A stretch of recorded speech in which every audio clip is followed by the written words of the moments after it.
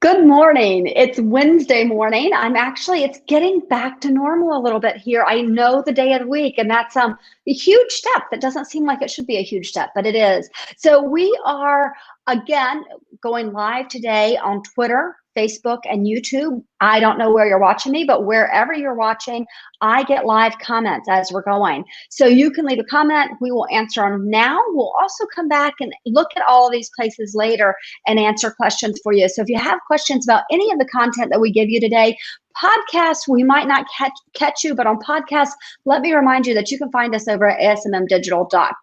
Facebook at ASMM Digital. You can find us there. We are always on Facebook because we own a digital marketing agency. So it's what we do.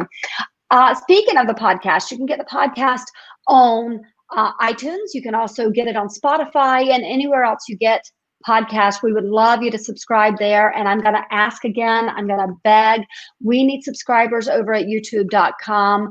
It's youtube.com/Brendan Annie. If you can subscribe, we need 1,000 subscribers. I'm putting it out there, and let's really aim big. Let's get me a couple of thousand subscribers. If you guys can subscribe to us, that would really be great. We're trying to get this information out, not just to help the small businesses who come on, but hopefully to help you as a small business owner learn something that you can walk away with today and go, haha, I can put that into action, because I'm really all about the action. That's what I'm doing. Today, we have somebody special. We have Laura Reiss from Crux Organizing. Hi, Laura. How are you? I am doing well. Glad to be here. How's everything on your side of the Beltway today? It's good. Yeah, and that's it. We've moved away from the Annapolis area or over in Montgomery County, and they're nicer over here than I thought. I don't know why, but I always had this feeling that people in Montgomery County weren't going to be nearly as nice as people in Annapolis, but it's a very friendly place. So, but it's great to have you here, and we're going to jump right into what you actually do, because it's different than people might think. It's definitely different than what I thought originally. So can you tell everybody a little bit about yourself? Sure. So Crux Organizing focuses on systems, process, and structure. So what does that mean? It means that we're going to figure out how to do something. We're going to figure out why you're doing it. And instead of fixing the symptoms of a broken system, we're going to work to fix that system. And we're also going to leave you with the skills to be able to handle those organizational stumbling blocks and obstacles in our absence.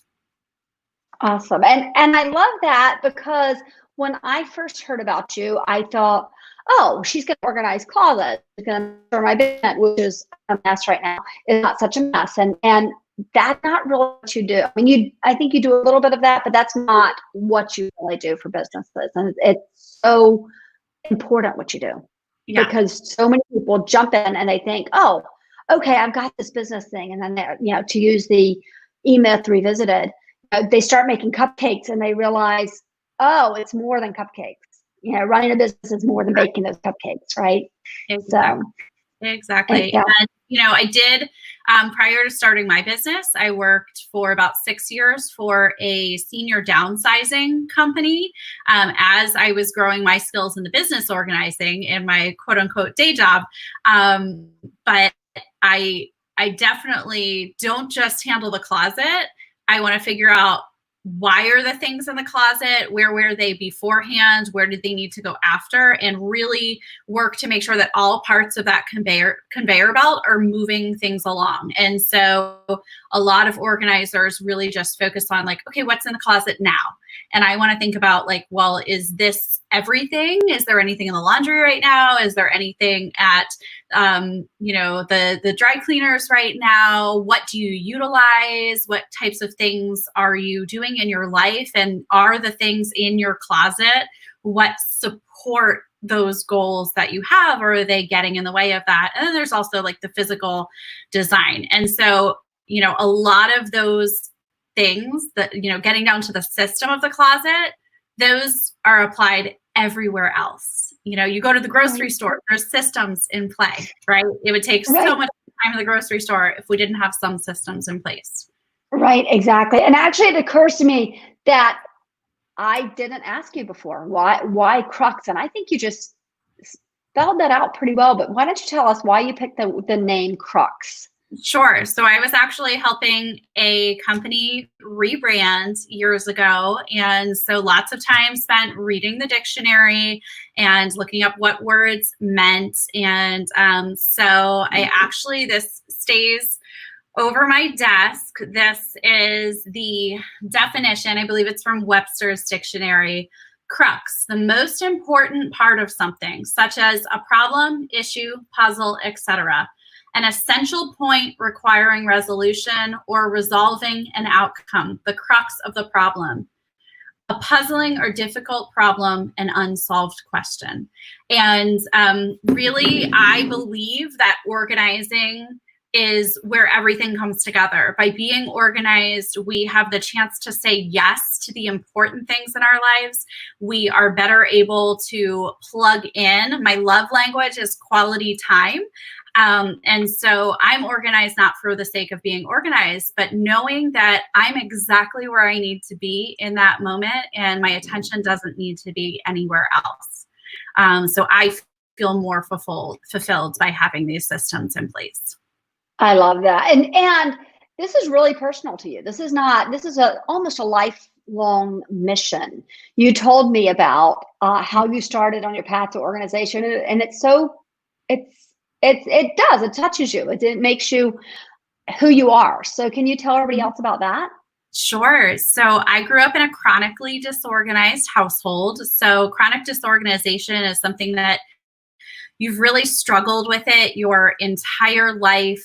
You've tried so many books, you've tried so many things that are kind of these one size fits all systems that don't work for you. And that doesn't mean that you can't get organized. Come talk to me because I can break all of them so they're more digestible and able to create those habits and teach you how to make those habits. But I hated the feeling of having to clean off the dining room table to have family over. It was, a blitz to get everything put away, right? And the only time our kitchen counter was ever empty, we had this beautiful, long, 4-foot kitchen counter that was covered in mail. And the only time it was ever completely empty was when I cleaned it off for a taco party for my Girl Scout troop. So it became a game to kind of figure out what questions I needed to ask to get things ready, to be prepared for things that were happening, family coming over, and kind of back planning those projects. And then also we were, of course, because if you kind of struggle with organization, most likely time management is going to be an issue as well. And in fact, time management actually sometimes is the cause of those physical disorganization issues. So we were late for everything growing up, and it became this game to kind of ask what things we needed to know to arrive somewhere with the things that we needed and alleviate that stress. And so I will be 45 minutes late to everything if I don't plan. And I hate that feeling, right? And Yeah. so there are systems that I have in place to make sure that I don't have to live in that stress. Right. And time management is so important, and we don't give it that importance. We don't give it that in our lives. And actually, I'm dealing with this right now. I have a son, he's 13 years old, and he's like, Mom, this homeschooling thing is taking me so long. And I'm like, is it though? Is it really, or is it something else? Are you not managing your time well? So that was actually the crux of what had me bring you on today, right? Exactly. And it's so funny. I go to networking things and I have folks say, "Oh, Crux, that's a great reason to have." I'm like, yeah, that's literally why my business is named Crux. Yep. But so time management is so hard because it's intangible. So we're going to make it tangible for a second. If you're thinking about your inbox, right? Either your physical inbox, paperwork coming in, or even a digital inbox, you can see I have this many emails, right? And Right. I know it's going to take me a chunk of time, but it's hard to know how much time that's going to take to process, right? Especially if you're not attuned to your process, you're not able to get into that deep productivity space easily. Right. Really hard to figure out how much time that's going to take. And also, you know, if a room is filled up, you can see if your schedule is filled up. We don't see that the schedule is filled up, but we see those symptoms of the filled up schedule. Right. And we don't always put those together to realize that it's part of that process. Yeah. Somebody put, and I don't know if it was you or somebody else yesterday, put something up that said, schedule your tasks, right? And not just for the day. So, and it occurred to me that I don't do that. So I come up, every morning, I've got this little, I'll show you, it's full of notes this morning, but I have this little book that I keep that way, that I keep my tasks, right? And my top 3 are really important. Those are the things I have to do right away. The problem is, I did this morning. I wrote them down, and then I looked at my schedule and realized I pretty much have a call an hour throughout the day. So when exactly am I going to do this? Right? So I need to start scheduling those. And by the way, I'm going to put this out there because I'm all about sanity, first of all, and your physical health as well. I need to schedule my workout, and not just, oh, I'm going to do a workout today, but this is the time Anne's not going to be in the office. She's going to be outside walking or riding or doing something. And that is important too. Yeah. Right. So there's a lot to unpack in that. So here's a couple of things that I want to go back to, you know, what your son was doing of like utilizing his time wisely. So there's like the Pomodoro method, has like a longer chunk of time and then a smaller break at the end, right? And I actually recommend what's more in line with like interval training. So as a runner, right, you understand that going for, you know, kind of all out for a chunk of time and then having a rest period, all out for a chunk of time and then a rest period. And there are some great apps out there that will help you toggle between those 2 intervals. But basically what you're doing is, first off, you are telling your brain, focus for this amount of time and you will get a reward, right? And that buzzer, when it goes off, I like to do like a fun little buzzer. So it gamifies it, basically. The more fun we can make it, the better. So you're trying to kind of beat the clock. You kind of guess what you're going to do during that time, right? Like, I'm going to write 3 sentences, or I'm going to read, you know, edit this blog post, or whatever you're going to do, you know, for your business. That timer does 2 things.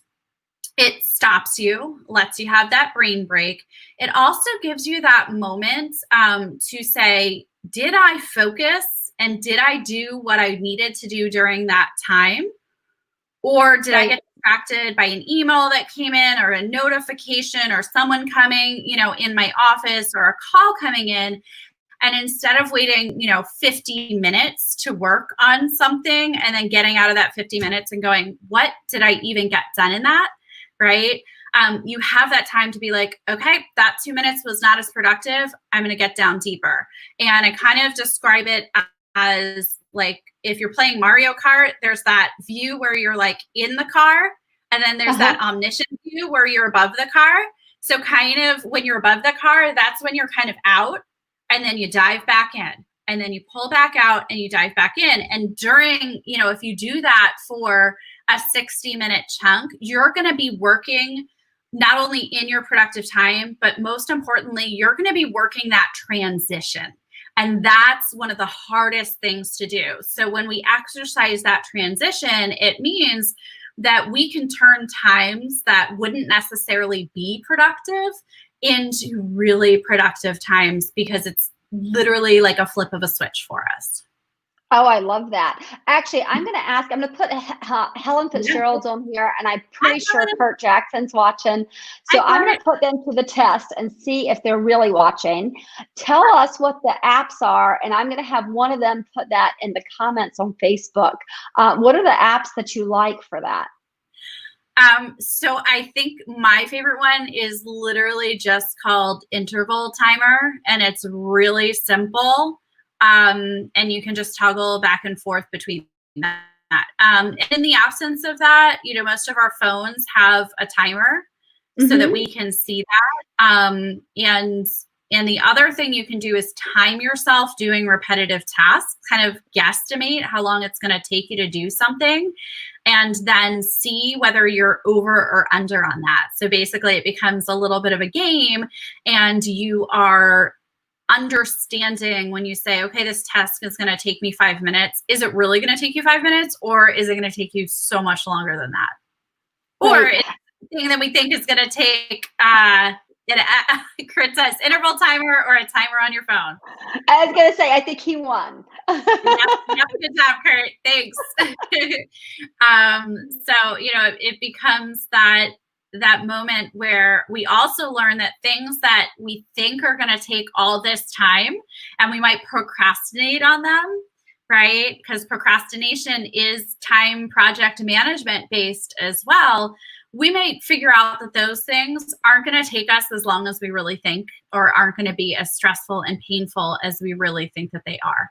So those really work well with a time timer, that timed interval timing as well.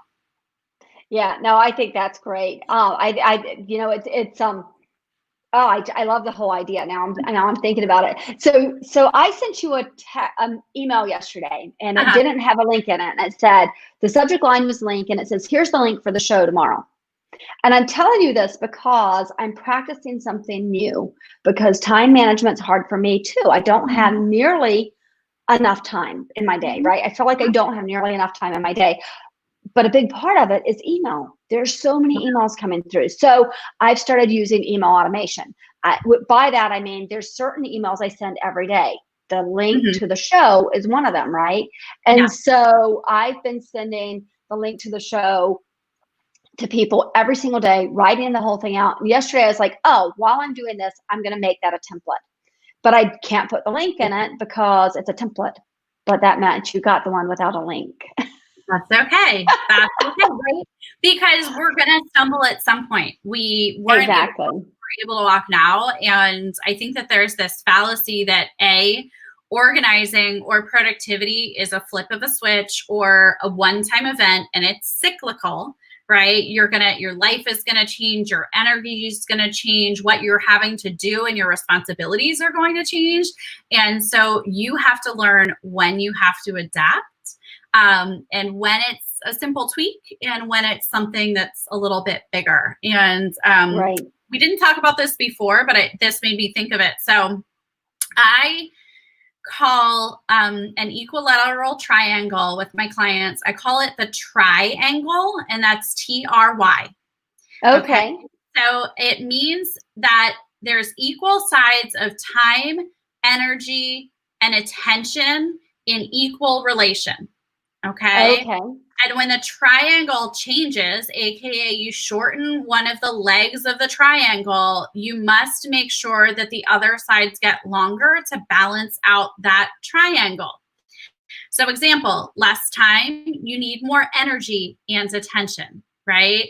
Less energy, you need more time and attention. Less attention, you need more time and energy. And then these support your skills for organizing. So it's okay if we're not 100% productive, right? What we think is our normal level.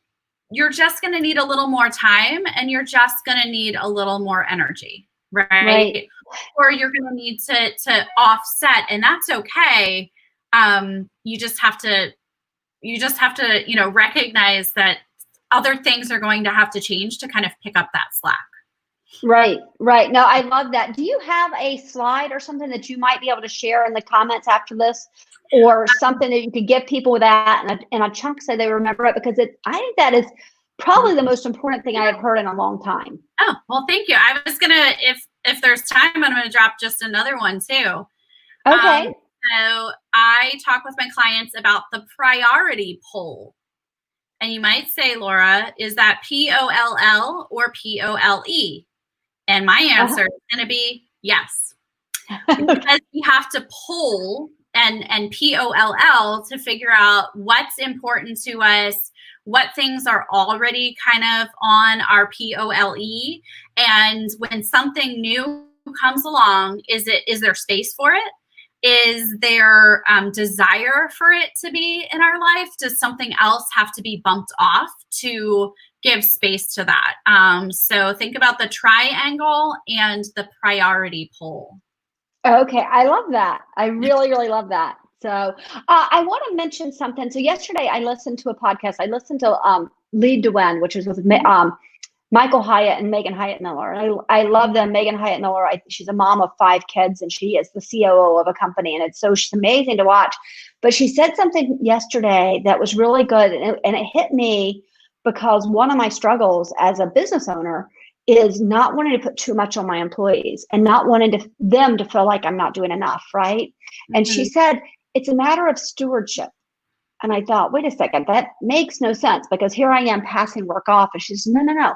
You're leading a company. And if you lead the company and you can't handle everything and you don't pass that stuff off, and you're doing these little things when you should be focusing on building the company, then you're not leading your company well. And I thought, oh my God, that was such a great point.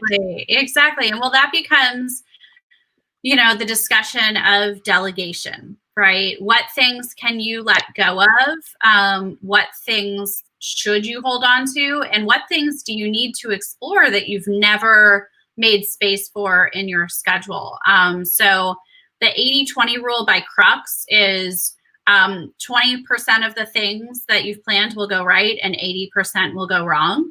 So plan for that 80%, plan for all of those red lights, and make sure that you have room in your schedule to be able to say yes to those opportunities, or even know that, you've scheduled in a buffer so you can move things, right? When an opportunity arises. There's information, hashtag, being organized allowed me to say yes. I was able to get engaged on a random Wednesday night where I had literally 6 hours earlier said to my aunt, it's not like I'm getting engaged tonight, because I came home and there were things that were on my calendar that I was planning to do that evening. And when my husband was like, let's go look at Christmas lights, I said, okay, I have a buffer built in. I'll move these to tomorrow morning. And I was able to be present in that moment and not stressed because I had built in that buffer. I wasn't stressed about the things that I wasn't getting to get done and not being able to be in that moment. Right. Well, and that's so important as a business owner, because as a business owner and a human, right? Because, I was going to say as a mom, but as a human, because as a mom, the way it matters to me is that sometimes I sit at dinner and they're talking and I'm not listening. I'm thinking about all the things that still have to be done, right? And that's not fair. That's not fair to anybody. So I actually think there's a book right now that I'm supposed to be reading called Presence. Somebody told me about it. I haven't picked it up yet, but I've got to pick it up. So maybe that will be what I do next. So I would recommend Quiet. Quiet? Have you read the book Quiet? No. It's the subtitle, I believe it's Susan Cain is the author, and the subtitle is Being an Introvert in a World That Can't Stop Talking, basically. And it's like how to be calm and in the moment. And I recommend it highly, even if you're not an introvert. I am an extreme introvert, but it is such a great book to really understand how to be kind of blocking everything else out and really plugging into yourself and, what your business needs, what you need, what your family needs. Awesome. It just occurred to me, Laura, we should have show notes. So we're going to create show notes. They'll be on the website. And in the show notes, we are going to put that you should use your timer. We're going to put the 2 books we just mentioned, Quiet and Presence, and I'll get you the author of that book. Yeah. And anything else that we find, actually, if Laura sends me over the slide of the triangle and then any information on poll, so I think that's really polling priority poll. Priority polls. Yes, right. Exactly. So I do want to talk about what makes you different. But before we do that, I want to talk about what is productivity in the wild. Ooh, I'm glad you asked. So if productivity is occurring, it is often not seen, right? Productivity, time management, all of those things are fairly intangible. And so it's very easy to say like, okay, well, what's happening? It's more the absence of bad things happening and kinks in, in the rope, basically, or in the, the pipeline of things. We don't have that bottleneck going on of information or projects, being delayed because someone's overwhelmed. And the same way that we would kind of check out an animal in the wild, like National Geographic, I started the hashtag productivity in the wild because I want to take a moment and appreciate when it is occurring and call attention to it, because it's so easy to be like, oh, well, that day was really good. And I want to ask why. Why was it really good? And that's that productivity in the wild that we're calling attention to. So I have a productivity in the wild learning series, and that's teaching about time management for virtual meetings. I'm working on one for improvisational sales.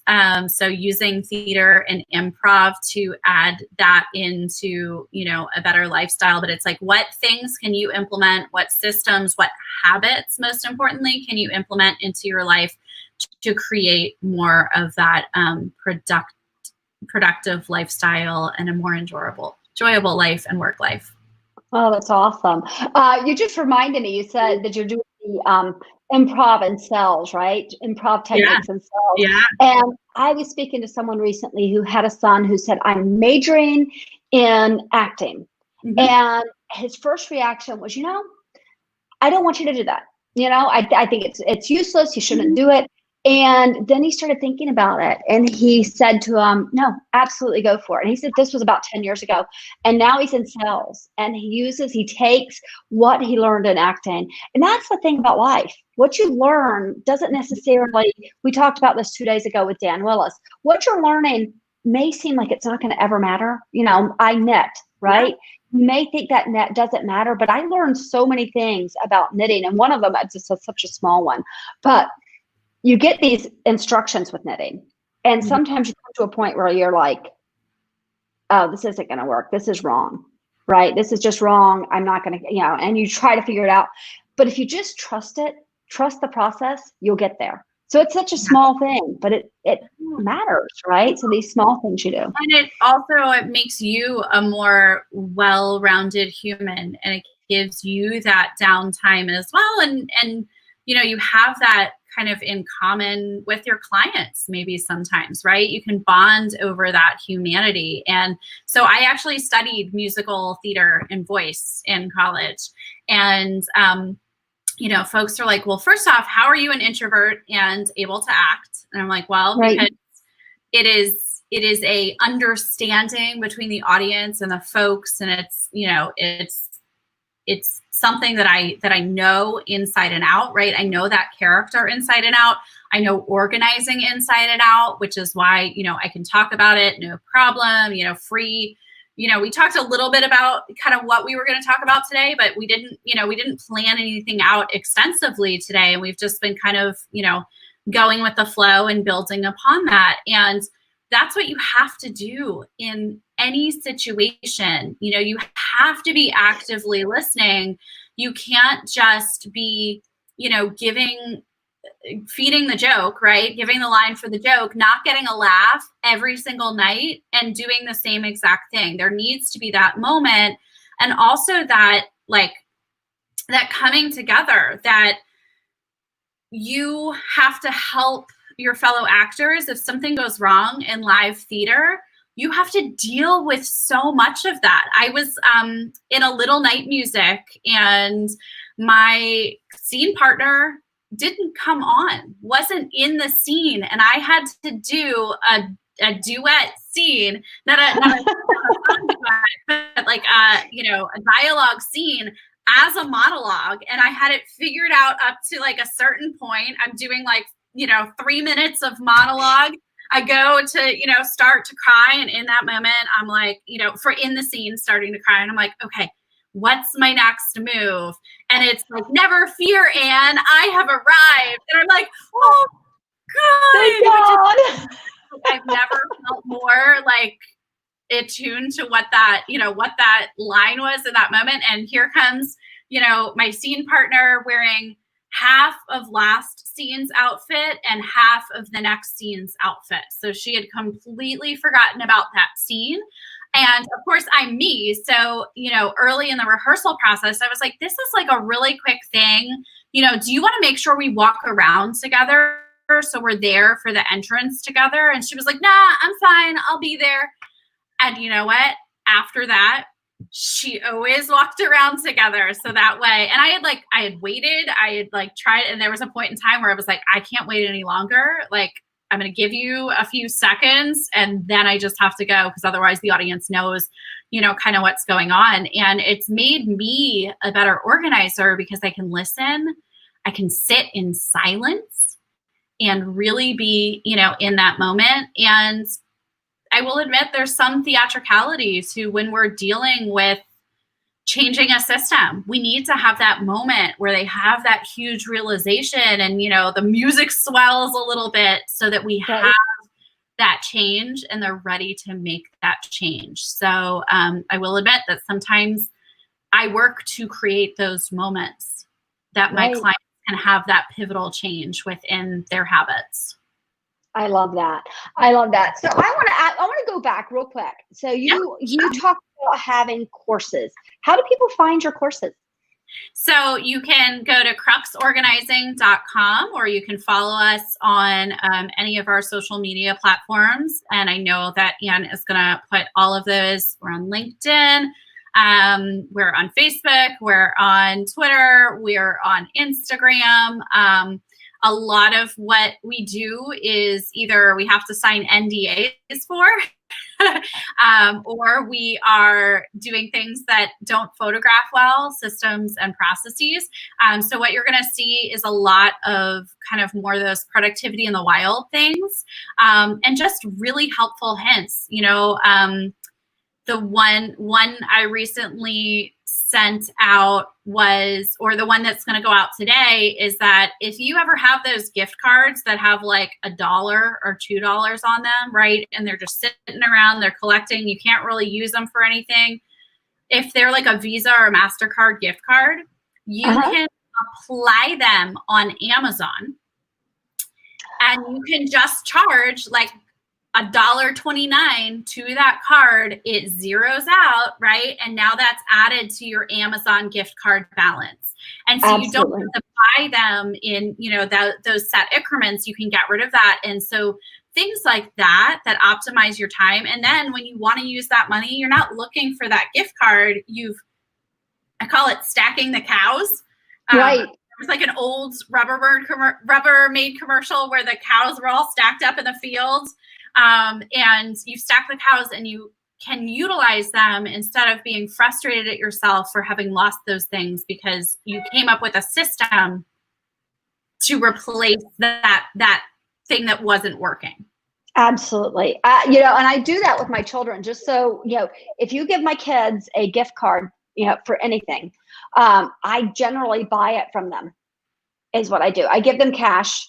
And I buy the gift card because I know they're not going to go use the gift card, but I know I will because I have a system for that, right? So so it's really, really great. So actually, just so I have to put it up here because we don't usually get people from Twitter. We have Fountain Time saying he's just hanging out and hello. So it's nice when you see people come on that you're like, oh, I've never seen you before. Real quick before we go. You told everybody how they can find you. We're going to put those in our new show notes, which I have not created yet, but we are. And those will be on our website. That's going to be coming up soon. You can already get these videos on our website after the fact. But remind everybody what makes it different to work with you. Sure. So Crux really gets inside our clients' heads. We're typically seen as the number 2 for our clients. They, when they're going into a new sector of, their business, they're setting up new business processes, we come in, we figure out those processes. We will oftentimes go client facing for our clients to really build them out robustly, and then train folks up so that Crux can back ourselves off. So we ask a lot of hard questions.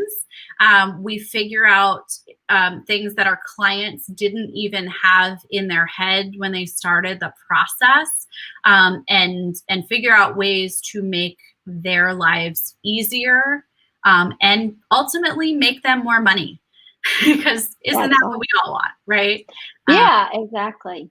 So we have, hold on, we have one more comment. I don't want to leave him out. He's the same guy back. He just said, nice job. So I do want to talk, actually, one more thing. I keep going back to one more thing. I really love talking to you. You're so much fun. I'm happy. So, you're all day. So if somebody wanted to do they're like, I'm not sure if I actually need you. Do you do consultations? Do you do 15 minutes? What do you do to work with somebody? So what I do is, okay, let me start this over, because there's a few different ways that you can kind of do this.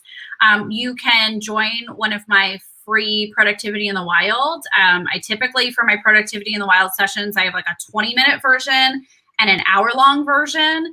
The 20-minute version is free because I am all about teaching everyone to, be better. And especially right now, the 20-minute virtual meeting time management is 100% free for anyone who wants it. So if you follow me on social media, I will say, hey, going live, sign up, putting out the registration and all of that kind of stuff as schedules allow, and see me in action. I can also do like a consultation and kind of just about a 20-30 minute consultation and talk through. But if it's not me, if I'm not a great fit, because I recognize that personality and projects have to mesh and everything, I have an amazing network of folks and organizers in the productivity industry that I will refer out to. Awesome. So, all across the country, and I'm 100% virtual right now. So, I can handle a lot of projects and set that up. But, there are some clients that want every single piece of the puzzle, right? And then there are some clients who are like, I just am stuck, right? I'm stuck in this moment. So a lot of those clients will purchase like a package. And then when you purchase a package, you kind of get access to me. It's like I'm on retainer for you. So, you get priority. You get to talk to me within 24 hours of reaching out to me for any project things. You can also do, instead of doing, paying for an entire hour, you pay as you go. So if you want to talk to me for 20 minutes to prep for a conference call that you're going to be struggling with, awesome. We set that up and we got that done. And, I also have like infographics that I can share as well, kind of about the Crux process. I will do as all-inclusive or as a la carte as my clients want. And so like right now, one thing I'm working on a lot of is PowerPoint projects, which previously was just a service that I offered to, my full package clients. And now I'm recognizing that, wow, that's a need out there, that a lot of folks don't understand PowerPoint with all the virtual things that are going on. I got one done for a client. They had a lot of the content. I got it done in 2 hours, right? That's awesome. And, another client, we had to start from scratch. It was 6 hours, right? So, I always tell my clients, if it's not me, I am humble enough to say that it's not me, but I will hustle hard to get you, things done, utilize your time, and move at the speed which is necessary for good processes, strong habits, and, the quality of what Crux is putting out, and then eventually our clients are putting out. And I always say, if no one knew who Crux Organizing was, I would be okay. I want to make my clients look amazing. And there are clients that, no one ever knows that I've worked with them. But there's been a lot of Crux in that. And I just want to make, my clients look good, and I can just be, the person behind the curtain making everything happen for you. And, you got the glory. So Awesome. Well, thank you so much. I'm so glad you came on. I do want to talk about what we're doing tomorrow. Sure. We're going to talk about optimization tomorrow. And by that, we'll talk about, right now, I'm doing a lot of optimization on YouTube because we have a YouTube channel, and I'm trying to figure out how to best use it for us so that then I can best use it for clients. But what does it mean, and why should you care? So that's what we're going to talk about. It'll be about a 10-minute conversation, but it's something you're going to be able to walk away with and use tomorrow. Laura, I absolutely loved having you on. I've written a little note over here to introduce you to somebody that I think will be a good referral partner for you. So it was just a pleasure. For those of you watching, those of you listening, that is something I want you to keep in mind. This show was started as a means of getting my clients in front of people, and Laura's not a client. But after I got all of my clients, or most of my clients who wanted to be on, I realized, wait a second, we're actually giving great content for small business owners. Mm-hmm. So we are doing that. But also, every single person who comes on here is a small business owner themselves. So if you want to support the people, if you want to support our guests, please do leave a comment below. They'll comment back. Please follow their website. Please subscribe if they've got a place for you to subscribe, and refer to them. So think about what Laura's just offered you today and see if there's somebody you know who could use her services, because that's what we want to do. And we're doing it here. We're doing it across the country. We've actually had a guest from Canada just a couple of days ago. We had a guest from Denmark a few weeks ago. So we can refer locally and we can refer worldwide to small business owners, because small business owners really make a difference in the world. So thank you guys so much for tuning in. Laura, thank you so much for being on. Thank you for having me, Anne. Take care. Take care. Bye-bye. Enjoy.